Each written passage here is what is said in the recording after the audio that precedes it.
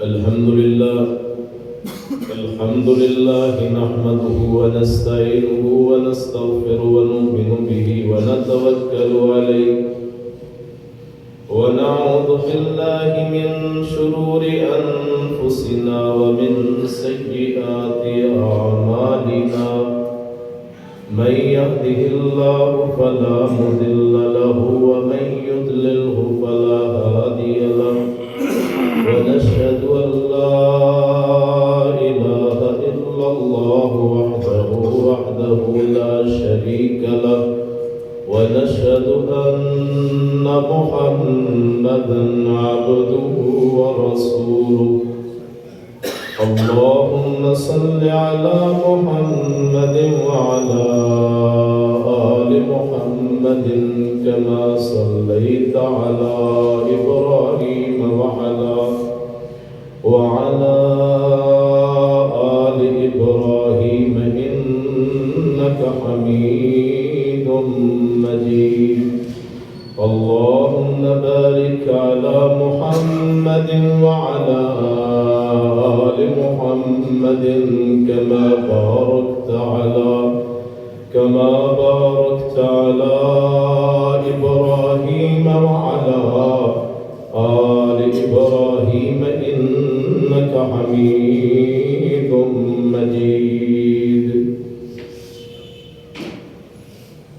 رب اشرح لي صدري ويسر لي أمري واحلل عقدة من لساني يفقهوا قولي رب زدني علما سبحانك لا علم لنا إلا ما علمتنا إنك أنت العليم الحكيم أما بعد فإن خير الحديث كتاب الله وخير الهدي هدي محمد صلى الله عليه وسلم وشر الأمور محدثاتها وكل محدثة بدعة وكل بدعة ضلالة وكل ضلالة في النار أعوذ بالله السميع العليم من الشيطان الرجيم بسم الله الرحمن الرحيم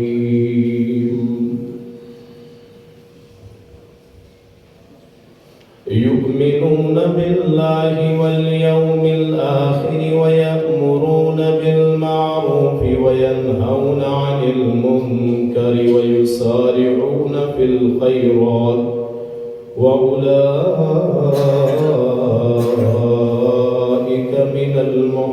من الصالحين وما يفعلوا من خير فلن يكفروا والله عليم بالمتقين صدق الله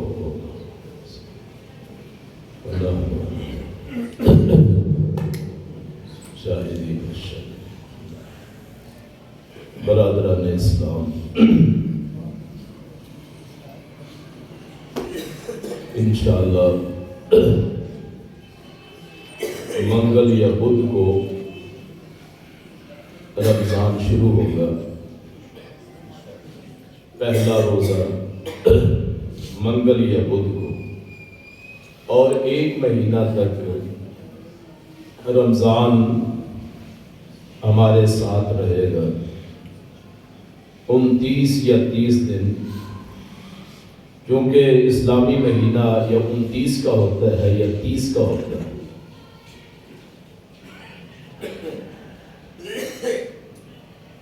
ہم وہ خوش نصیب ہوں گے جو رمضان کو حاصل کر لیں گے کتنے ایسے افراد جو پچھلے سال تھے اور اس سال اللہ کے پاس پہنچ گئے اللہ پاک ان کی مغفرت فرمائے درجات بلند فرمائے جو ہم موجود ہیں، اللہ رمضان کو اللہ کی فرما برداری کے ساتھ گزارنے کی توفیق عطا فرمائے۔ کچھ افعال ایسے ہیں جو رمضان میں ضروری ہوتے ہیں، کیونکہ ابھی رمضان شروع نہیں ہوا تو میں آپ کے سامنے چند افعال بیان کروں گا جو رمضان کے لیے ضروری ہے۔ سب سے پہلے تو آپ کو یہ علم ہونا چاہیے کہ رمضان ہے کیا، یعنی رمضان کی اہمیت کیا ہے، پھر اس لحاظ سے آپ اس کو گزار سکتے ہیں۔ رمضان یہ 9واں مہینہ ہے اسلامی مہینوں میں سے، اور اس مہینے میں نبی کائنات صلی اللہ علیہ وسلم پہ پہلی وحی اتری طاق راتوں میں، آخری عشرے میں، آخری 10 دنوں کی طاق راتوں میں۔ پھر اس میں قرآن مجید نازل ہوا، شہر رمضان الذی انزل فیہ القرآن انا انزلناہ فی لیلۃ القدر۔ پھر اس میں لیلۃ القدر ہے تو خیر من الف شہر، جو 1000 مہینے سے افضل ہے، بہتر ہے، یعنی تقریباً 83 سال 3 یا 4 مہینے بنتے ہیں صرف ایک رات میں عبادت کا اتنا ثواب ہے۔ تو یہ جو رمضان ہے اس میں یہ رات بھی اللہ نے نازل کی۔ پھر اسلام کا بنیادی جو چوتھا یا تیسرا رکن روزہ، وہ اس مہینے میں ہے۔ اس روزے کی اہمیت سمجھنے کے لیے ایک آپ نفلی روزے کا پہلے ثواب سن لیجئے کتنا ہوتا ہے کہ اللہ کے رسول صلی اللہ علیہ وسلم نے فرمایا، جو بندہ نفلی ایک روزہ رکھتا ہے اللہ کے لیے، اللہ 40 سال اس سے دوزخ کو دور کر دیتا ہے۔ 40 سال نفل روزہ، تو یہ جب ثواب نفل کا ہے تو فرض کا ثواب تو بہت زیادہ ہوگا۔ پھر یہ جو مہینہ ہے اس میں قیام اللیل ہوتا ہے، یعنی قرآن کریم مکمل پڑھا جاتا ہے اور رات کی نماز ہوتی ہے، ہر بندہ تہجد پڑھ لیتا ہے۔ قیام اللیل کے بارے میں کہ جی تراویح اور تہجد کیا علیحدہ ہے یہ قیام اللیل؟ تہجد ہجود کے الٹ ہے۔ ہجود کہتے ہیں رات کو سونے کو، اور تہجد کہتے ہیں رات کو نہ سونے کو۔ وہ عشاء کے فوراً بعد بھی ہو سکتی ہے تہجد، اور صبح سے کچھ دیر پہلے بھی ہو سکتی ہے، نصف رات کو بھی ہو سکتی ہے۔ احادیث میں قیام اللیل کا لفظ آیا ہے، من قام لیلۃ القدر من قام رمضان ایمانا واحتسابا غفر له من ما تقدم من ذنبه۔ جس بندے نے رمضان کا قیام کیا اور اپنے رب کو راضی کیا، اس کے پچھلے گناہ معاف کر دیے جاتے ہیں۔ یعنی قیام اللیل یہ رمضان کی خصوصیت ہے۔ عام دنوں میں اتنی تعداد میں لوگ قیام اللیل نہیں کرتے، عام دنوں میں لوگ اتنے روزے نہیں رکھتے، عام دنوں میں لوگ کسی مہینے کا اتنا احترام نہیں کرتے۔ تو رمضان کی خصوصیات میں سے یہ بھی ہے کہ صبح اور شام 2 وقت بیدار ہوتے ہیں وہ لوگ جو عام طور پہ بیدار نہیں ہوتے۔ یعنی آدمی سحری کے لیے اٹھتا ہے، یہ عام حالات میں کوئی نہیں اٹھتا، اس وقت نہ کوئی کھانا کھاتا ہے، نہ کوئی دل کرتا ہوتا ہے۔ سحری کے وقت کھانا کھانے کو دل نہیں کرتا عام طور پہ، لیکن نماز سے بھی پہلے اللہ نے حکم دیا کہ سحری کھانی۔ تو کتنی فضیلت ہوگی اس مہینے کی کہ نماز سے بھی زیادہ اہمیت دے دی پہلے سحری کھانے. جو مہینہ ہمارے پاس آ رہا ہے اس مہینے میں یہ کتنی فضیلت کی بات ہے کہ آپ کا دل چاہے نہ چاہے آپ اٹھیں گے اذان سے پہلے. جب آپ عام دنوں میں نہیں اٹھتے، جس وقت 1 گھنٹہ 8 گھنٹہ 15 منٹ پہلے، اور آپ کھانا کھائیں گے چاہے دل چاہتا ہے چاہے نہ چاہے. وہ مہینہ جس میں اللہ کھانے کا حکم دیتا ہے، کسی اور مہینے میں ایسا واقعہ نہیں ہوتا. پھر شام افطاری کے وقت اللہ کے رسول صلی اللہ علیہ وسلم نے فرمایا آدمی کے منہ سے جو بو نکلتی ہے بھوک کی وجہ سے، معدہ خالی رہنے کی وجہ سے، فرمایا اللہ کے نزدیک وہ کستوری سے زیادہ پسندیدہ ہوتی ہے. وہ مہینہ ہمارے سامنے آ رہا ہے جس میں ایک نفل فرض کے برابر ہوتا ہے، کسی اور مہینے میں نہیں ہوتا. اور ایک فرض 70 فرضوں کے برابر ہوتا ہے. ایک نیکی عام دنوں میں 10 گنا ہوتی ہے، رمضان میں 700 گنا تک پہنچ جاتی ہے. اب وہ مہینہ شروع ہونے جا رہا ہے جس مہینے میں ہمارا ایمان عام مہینوں سے زیادہ ہوتا ہے، قرآن سے شغف زیادہ ہوتا ہے. کہ اس مہینے میں قرآن پڑھنا ایمان والوں کی علامت ہوتی ہے، ان کی علامت ان کی پہچان ہوتی ہے. اور پھر جتنا آگے پڑھنے والے کو ثواب ہے قاری صاحب کو، اتنا پچھلے مقتدیوں کو بھی ثواب اتنا ہی ملتا ہے. پڑھنے والے کو ہی نہیں، یعنی جو سننے والے ہیں ان کو بھی ثواب اتنا ہی پہنچتا ہے.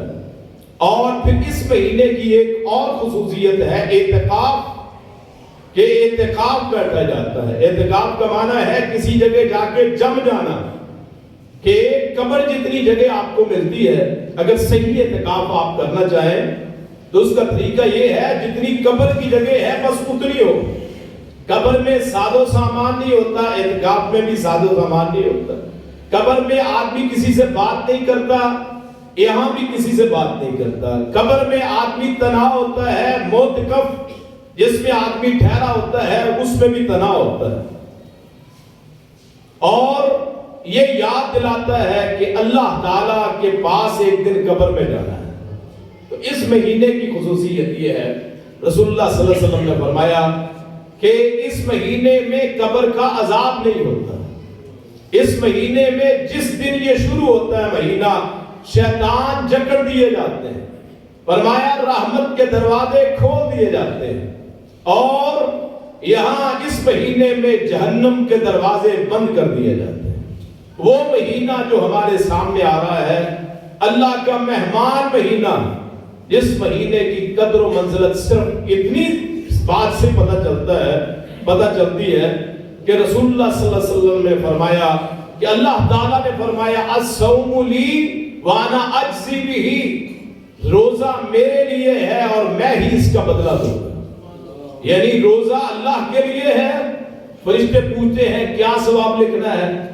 نہ کوئی کام کرتا ہے جی، کھایا نہیں، یہ کون سا عمل ہے؟ بھوک میں بھی آدمی چھوڑ دیتا ہے، قحط میں آدمی چھوڑ دیتا ہے، سیلاب میں آدمی کھانا چھوڑ دیتا ہے، جنگ میں آدمی کھانا چھوڑ دیتا ہے، اگر بھوک نہ لگے تب بھی چھوڑ دیتا ہے، معدے کا مسئلہ ہو تب بھی چھوڑ دیتا ہے. بھوکا رہنا کون سی فضیلت کی بات؟ لیکن چونکہ اللہ نے کہا ہے اتنے وقت سے لے کے اتنے وقت تک بھوکا رہنا ہے، تو فرشتے اللہ سے پوچھتے ہیں لکھنا کیا ہے کہ جی بھوکا رہا. اللہ تعالیٰ کہتے ہیں صرف تم یہ لکھ دو کہ اس نے روزہ رکھا، اس کا ثواب میں اللہ تعالیٰ اسے دوں گا. اور وہ ثواب کیا ہے؟ جنت. کہ روزے دار کو اللہ تعالیٰ روزے کے بدلے میں جنت عطا فرمائے. یہ وہ مہینہ ہے جس مہینے میں جب یہ مہینہ شروع ہوتا اللہ کے رسول صلی اللہ علیہ وسلم لوگوں کو بیدار کرتے. اللہ کے رسول صلی اللہ علیہ وسلم نے پہلے دن خطبہ ارشاد فرمایا تم پہ وہ مہینہ آیا ہے جس میں اللہ کی رحمت سایہ فغن ہوتی ہے، اللہ کی رحمت اپنا سائبان بن جاتی ہے. جس مہینے میں اللہ تعالیٰ کی رحمتیں نازل ہوتی ہیں، اتنی رحمتیں کہ عام مہینوں میں اس کا تصور میں نہیں کر سکتے. اس مہینے میں جبریل امین اترتے ہیں، تنزل الملائکۃ والروح فیہا، بِإِذْنِ رَبِّهِمْ مِنْ كُلِّ أَمْرٍ. جبریل امین اترتے ہیں، جگہ جگہ اترتے ہیں، فرشتے اترتے ہیں، فرشتوں کا نزول ہوتا ہے. جب آپ اللہ کا ذکر کرتے ہیں پھر فرشتوں کا نزول ہوتا ہے. اللہ پوچھتے کہاں سے آئے ہو؟ وہ فرشتے کہتے ہیں اللہ تیری محفل لگی ہوئی تھی، تیرا ذکر تھا، جمعہ پڑھایا جا رہا تھا، تیرا ذکر کر رہے تھے لوگ. اچھا جب ہم گئے اس وقت بھی، جب ہم آئے اس وقت بھی وہ کیا مانگ رہے تھے؟ اللہ تجھ سے بخشش مانگ رہے تھے، اللہ تیری رحمت کا سوال کر رہے تھے، اے اللہ تیری غضب سے وہ پناہ مانگ رہے تھے. اے فرشتوں جاؤ، میں نے جو انہوں نے مانگا وہ عطا کر دیا، جس سے پناہ مانگی میں نے پناہ عطا کر دی. وہ مہینہ شروع ہونے جا رہا ہے جس مہینے میں یادگاریں ہیں غزوہ بدر، فتح مکہ. جس مہینے کی یادگار، اس مہینے کی شان اور منزلت کیا ہوگی کہ 8 سال کے بعد اللہ تعالیٰ نے مکہ اللہ کے رسول کو لوٹا دیا کہ آپ اکیلے نبوت کے لحاظ سے 4 افراد آپ کے ساتھ تھے، یعنی آپ سمیت. جس رات آپ نکالے گئے 3 دن غار ثور میں رہے. لوگ دیکھنے میں تصور کرتے تھے اس کی زندگی کیا ہوگی جس کے ساتھ چلنے کے لیے کوئی تیار. چھپتے چھپاتے 3 دن غار میں رہے. جیسے حضرت یوسف علیہ السلام کنویں میں 3 دن رہے، ویسے اللہ کے رسول صلی اللہ علیہ وسلم 3 دن غار ثور میں. اور کوئی تصور ہی نہیں کر سکتا کہ وہ بندہ جو تنہا چلا، صرف 3 آدمی ساتھ تھے، وہ بندہ ایک دن یہ بھی آئے گا کہ اللہ تعالیٰ اسے وہ مکہ عطا کر دے گا جہاں سے انہوں نے نکالا تھا. وہ مہینہ آ رہا ہے. اسلام کی پہلی لڑائی مشہور غزوہ بدر، وہ اس میں ہوا غزوہ بدر کہ اللہ کے رسول صلی اللہ علیہ وسلم نے فرمایا کہ اے بدر والو تم جو چاہو کرو، میں نے تمہاری مغفرت کر دی. وہ مہینہ، وہ 17 رمضان کو وہ فتح مکہ، اور 20 رمضان کو غزوہ بدر اللہ تعالیٰ نے اس مہینے میں عطا فرمائے.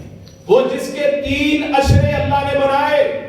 پہلا عشرہ اللہ کی رحمت کا، دوسرا عشرہ اس کی مغفرت کا، اور تیسرا عشرہ آخری 10 دن اللہ کی جہنم کی آزادی کا، جہنم سے آزادی کا. اس کے مرتبے کے کیا کہنے، اس کی منقبت کے کیا کہنے، اس کی رفعت اور بلندی کے کیا کہنے. وہ مہینہ ہمارے اور آپ کے پاس آنے والا. اب میں اور آپ اس کے ساتھ کیا سلوک کرتے ہیں یہ اللہ تعالیٰ دیکھنے والا ہے کہ میرا مہمان آیا کس نے اس کی عزت کی. جیسے ہمیں پتہ چلے کہ ہمارا مہمان آیا اور ہم نے اس کی مہمان نوازی نہیں کی تو دنیا والے طنز کرتے ہیں.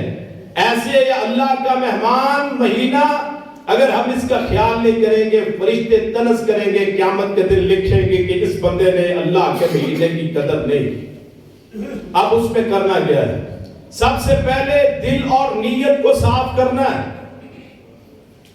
بخاری شریف کی سب سے پہلی روایت جہاں سے امام بخاری نے بخاری کو شروع کیا ہے، صحیح البخاری، کہ اصح الکتب بعد کتاب اللہ کی کتاب قرآن مجید کے بعد سب سے صحیح کتاب روئے زمین پہ صحیح البخاری.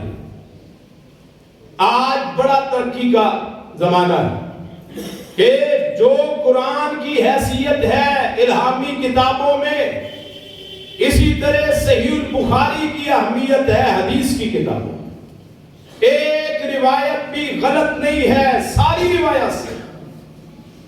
اللہ کا نظام دیکھیے کہ اللہ نے اِنَّا نَحْنُ نَزَّلْنَا الذِّكْرَ وَإِنَّا لَهُ لَحَافِظُونَ جہاں فرمایا کہ میں نے قرآن نازل کیا، اس کی حفاظت میں کرنے والا.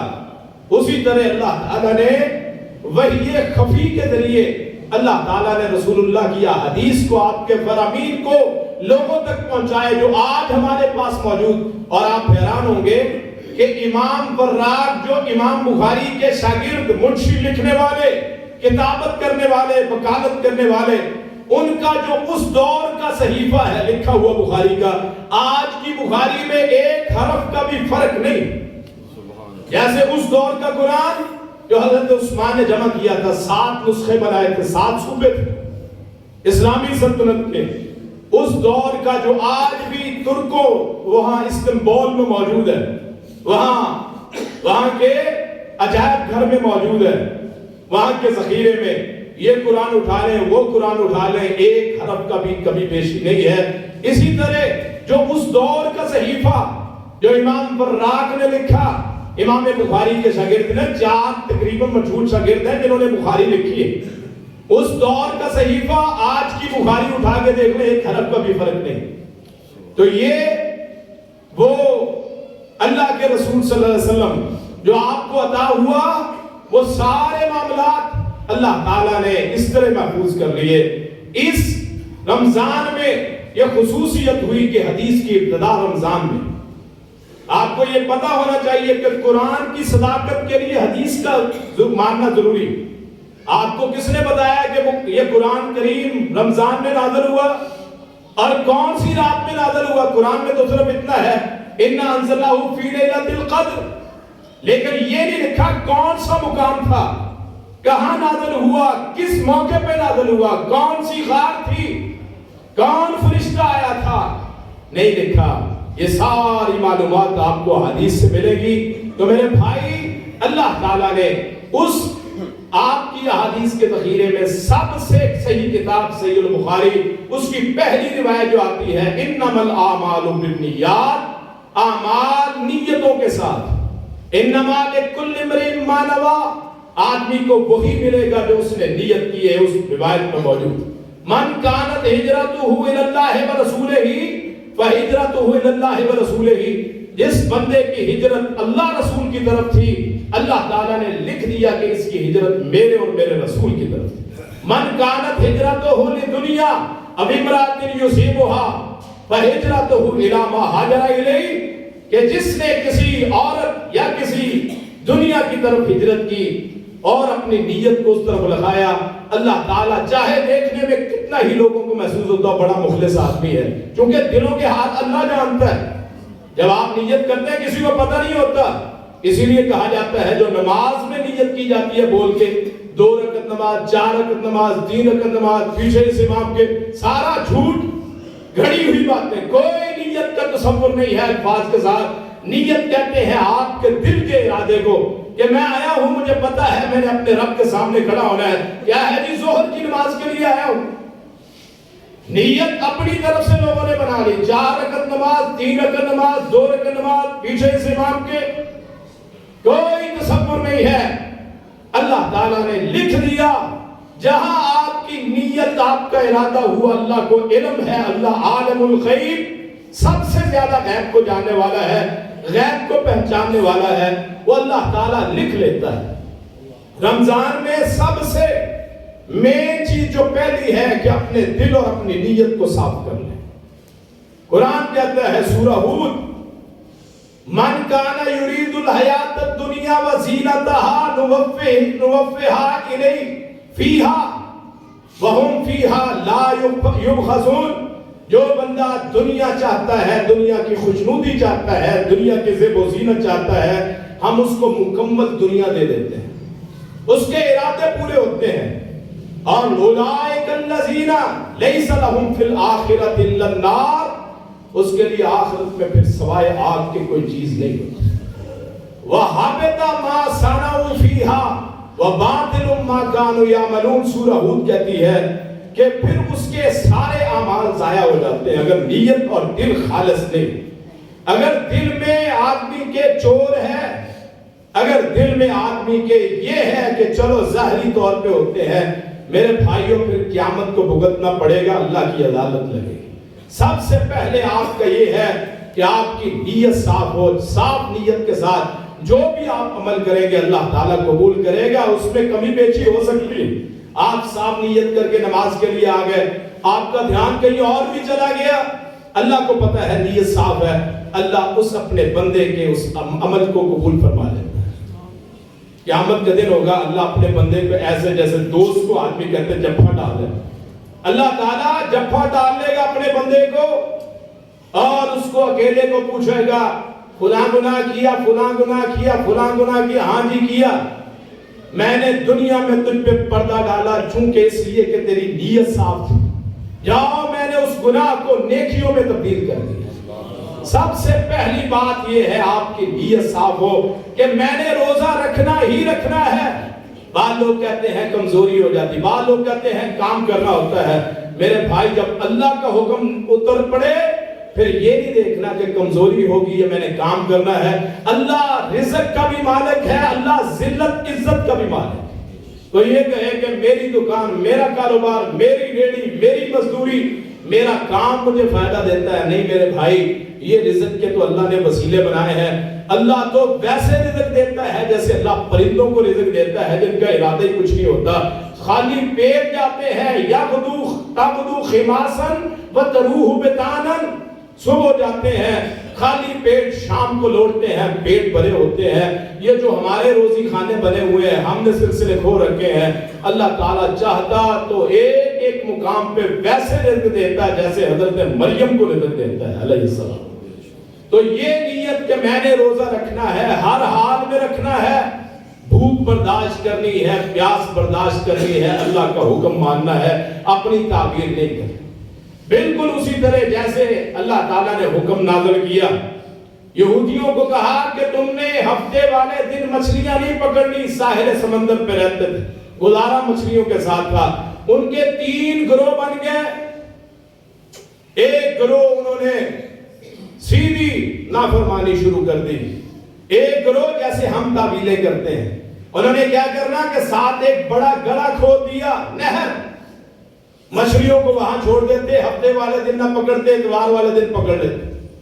جیسے ہم دایاں دکھا کے بایاں مارتے ہیں نا, انہوں نے ایسے کیا کہ ہفتے والے دن مچھلیاں نہیں پکڑی, پکڑی کس دن ہے؟ اتوار کے دن.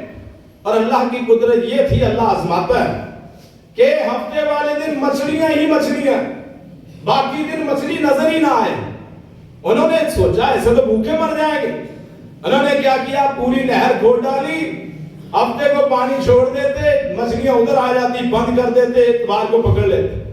جیسے ہم کہتے ہیں کہ تعبیرات کرتے ہیں کہ جی روزہ رکھنا مشکل ہے, چلو فدیہ دے دو. اور فدیہ ان لوگوں کے لیے ہوتا ہے جن کی جان کو خطرہ ہوتا ہے. اگر اس نے روزہ رکھا جان چلی جائے گی اس کے لیے ہے, صرف اس لیے کہ میں روزہ نہیں رکھ سکتا, مجھے بھوک برداشت نہیں ہوتی, اور کوئی عذر نہیں ہے, فدیہ دے دوں. میرے بھائی یہ ہیلے ہیں, اللہ کے رسول اور دین کے ساتھ مذاق ہے. ان کو پھر اللہ نے سزا کیا دی.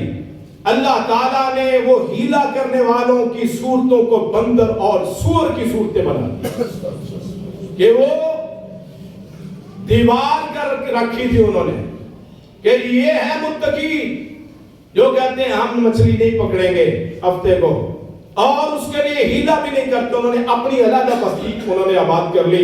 ہم ہیلا کریں جیسے مرضی کریں, اللہ کو کیا ہے. جیسے ہم کہتے ہیں مال میری مرضی کا ہے, اللہ کا کیا ہے, میں نے اپنی محنت سے کمایا ہے, میرے دماغ اس کی تیری ہے. تو میں کہتا ہوں آپ کے دماغ کو پیدا کرنے والا کون؟ آپ کے معاملات جو چلانے والا, آپ کے ہاتھوں کی قوت, آپ کے آنکھوں کی, آپ کی نظر, بصارت, آپ کے پاؤں کی قوت, آپ کے دل کا دھڑکنا, آپ کے دانتوں کا جبانا, آپ کے لعاب کے ساتھ خوراک کا نگلنا, آپ کا معدے کا قبول کرنا, ہواؤں کے نظام, ہوا کے سانس کے نظام کے لیے پھپھڑے کا سسٹم, خون کے لیے وریدیں, اخراج کے لیے مثانہ. یہ کس نے دیا؟ جب اللہ نے دیا ہے پھر تعویلات کس بات کی؟ علیحدہ بستی بنا کے رہے کہ ہم کریں گے نافرمانی. اور اللہ نے پھر کیا سزا دی؟ اللہ نے صبح ہوئی تو اس طرف کوئی نہ آیا مچھلی پکڑنے کے لیے. آخر انہوں نے دروازے توڑے کہ اندر سے لگا لیے تھے, کوئی دیوار پھلانگی. اندر وہی افراد جو ہیلا کرنے والے کل انسان تھے, آج ان کو اللہ نے بندر اور سور بنا دیا, خنزیر بنا دیا. 3 دن سور اور بندر کی صورت میں رہنے کے بعد اللہ نے ان کو پھر سوا ہستی سے مٹا ڈالا. میرے وہ بھائی جو ہیلے کرتے ہیں, اللہ کے احکام پہ سوال اٹھاتے ہیں, اپنی عقل کو استعمال کرتے ہیں. اللہ نے کہہ دیا روزہ رکھنا ہے, ہم رکھیں گے ہر صورت, چاہے زندگی ختم ہو, چاہے موت آئے, چاہے کمزوری ہو, چاہے بیماری ہو، چاہے رزق میں کمی ہو، جب اللہ نے کہہ دیا روزہ رکھنا ہے، میرے اور آپ کی جرت یہ نہیں ہونی چاہیے کہ روزہ نہیں رکھے۔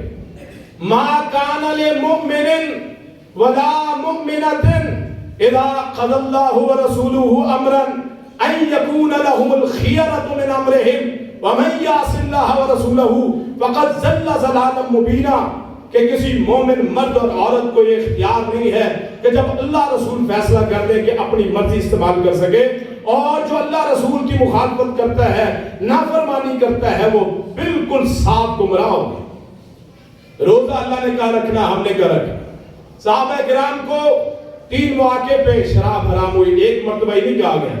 پہلے کہا گیا کہ شراب اچھی چیز نہیں ہے، جب شراب پیو تو نماز کے لیے، نماز کے لا تقربوا الصلاۃ وانتم سکارا، جب نشے کی حالت میں ہو تو نماز کے قریب نہ آؤ۔ یعنی نشہ حرام نہیں کیا، صرف یہ کہا کہ نشے کی حالت میں آدمی کو پتہ نہیں چلتا نماز نہیں پڑھنی۔ پھر یہ کہا یہ اچھی چیز نہیں ہے، نقصان دہ ہے۔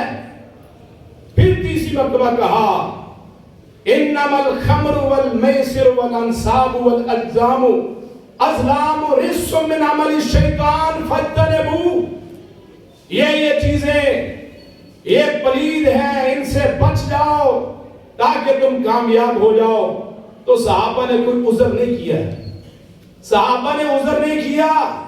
ایک بندے کے پاس یتیم بچوں کی شراب پڑی تھی تجارت کے لیے، جیسے ہم کپڑا رکھ لیتے ہیں، جوتا رکھ لیتے ہیں، کوئی اور چیز کا ذخیرہ کرتے ہیں، ذخیرہ اندوزی کرتے ہیں نا چیزوں کی، کہ جب زیادہ قیمت ہوگی پھر بیچیں گے۔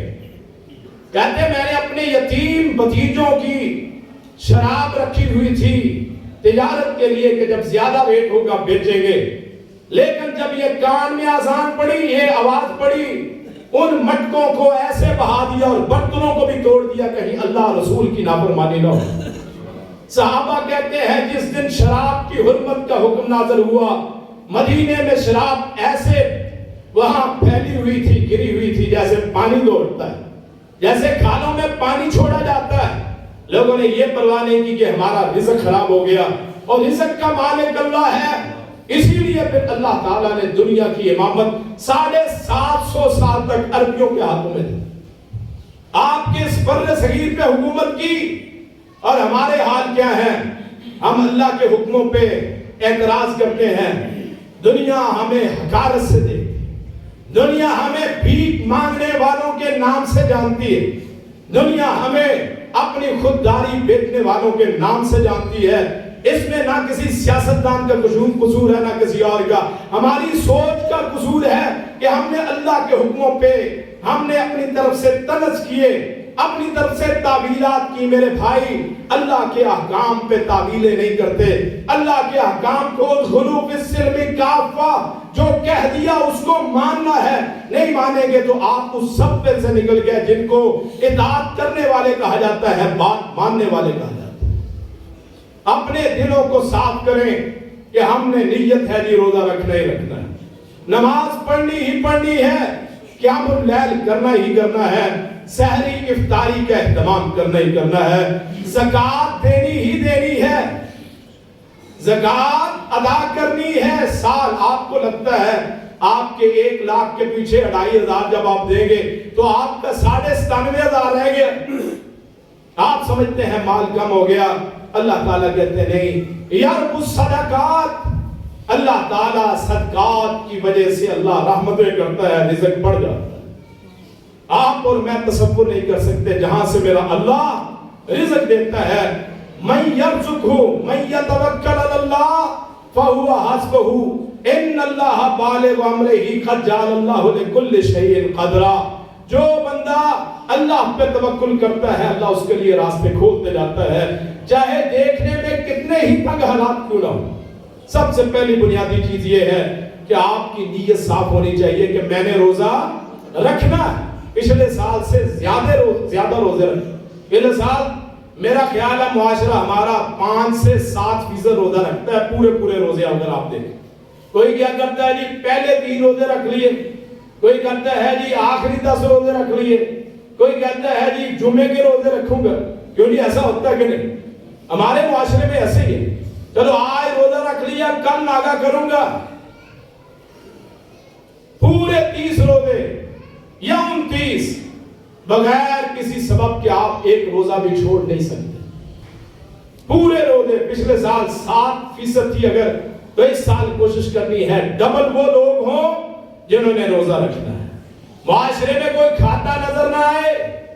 یہاں کیا ہے کہ اس نے اپنی روزی کو سمجھ رکھا ہے کہ وہ چھاپڑا لگا کے آگے پردہ کر لیا، اور بے روزگاروں کو، بے روزو رکھنے والوں کو، روزہ نہ رکھنے والوں کو پالا۔ ان کو پتا فلاں اڈے سے، فلاں دکان سے، فلاں ٹھیلے سے میری خوراک کا انتظام، اور اتنا ظلم کہ روزے کی حالت میں سامنے سگریٹ پی رہے۔ ایک کھانے کی بات وہ بھی اللہ کی نافرمانی، لیکن رمضان کے مہینے میں روزہ رکھ کے سگریٹ منہ میں آگ لگا لی۔ اور سگریٹ کیا ہے؟ آگ۔ اور پھر اللہ سے یہ امید رکھیں کہ اللہ ہمیں آگ سے بچا لے۔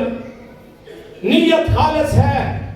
اگر کوئی نہیں بھی روزہ رکھ سکتا، اسے چاہیے کہ روزے داروں کا احترام کرے، ان کے سامنے نہ کھائے نہ پیے۔ اللہ کے رسول نے فرمایا کہ آپ روزے دار کے سامنے نہیں کھا سکتے، اس کا دل چاہے گا کہ میں بھی یہ کھاؤں، اس کا گناہ آپ پہ پڑے۔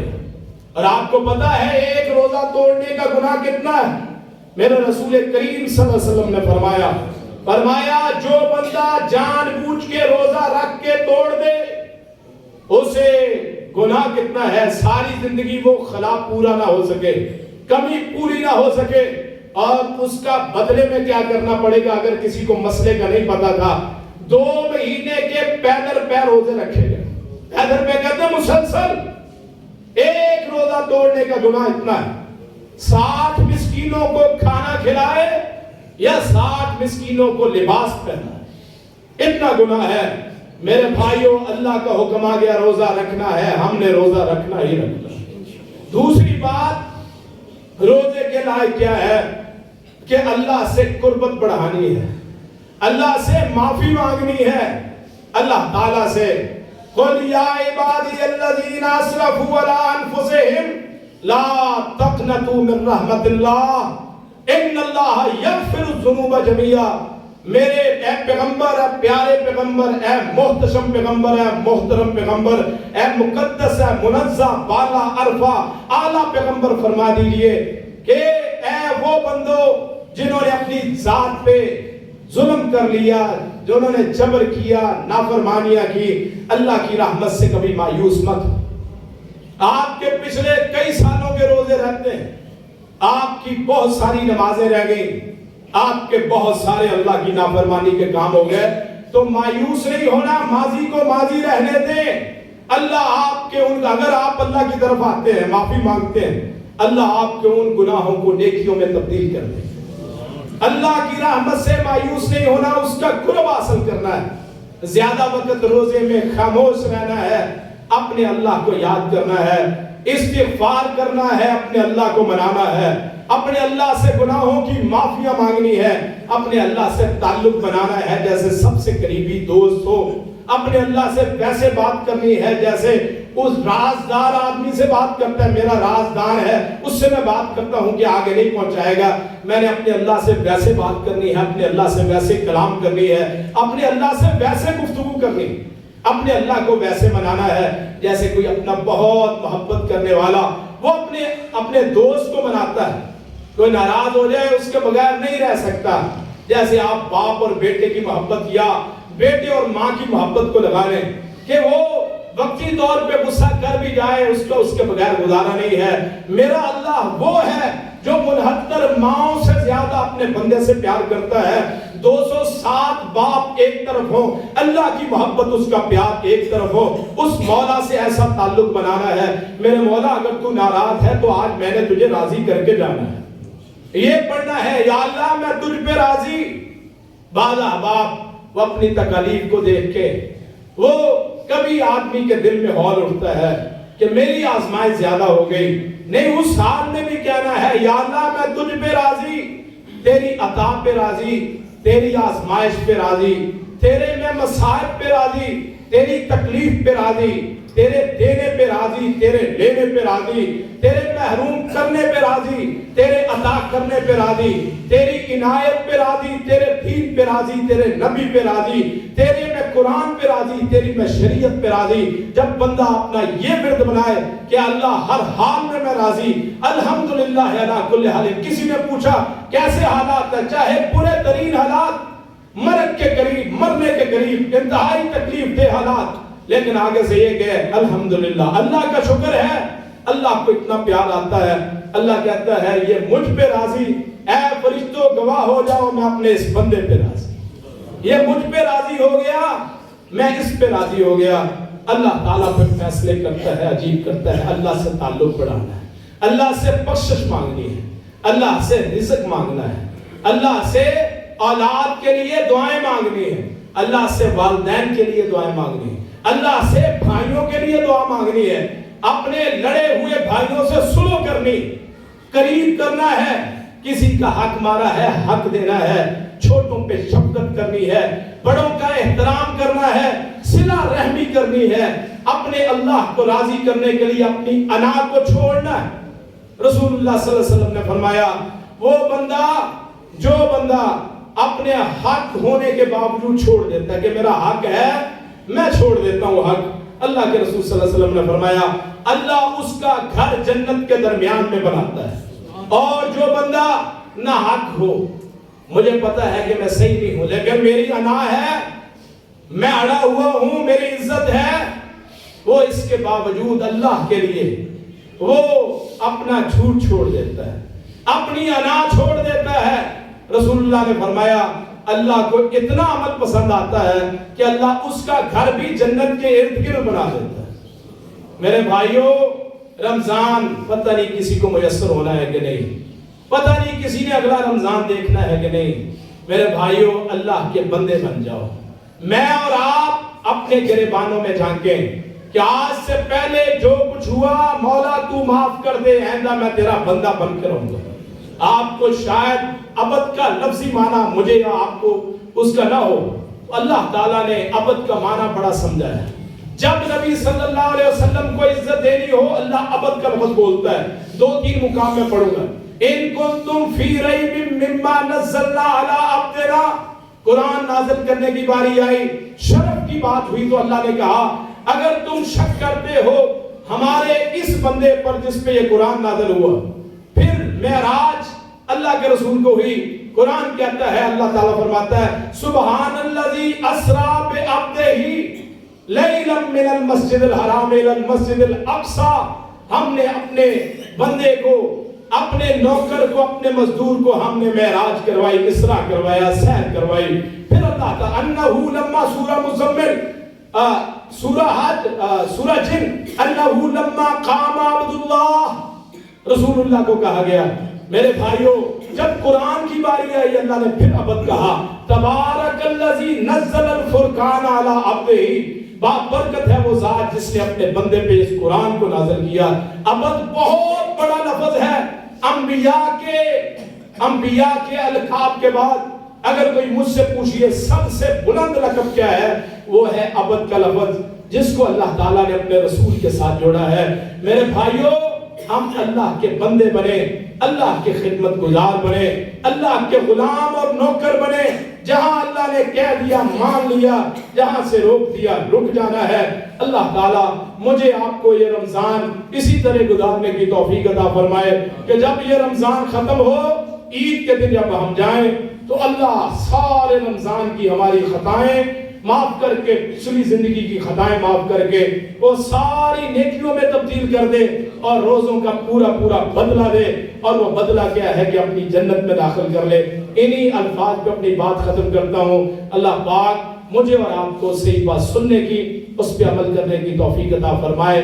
آخر دعوانا الحمدللہ رب العالمین۔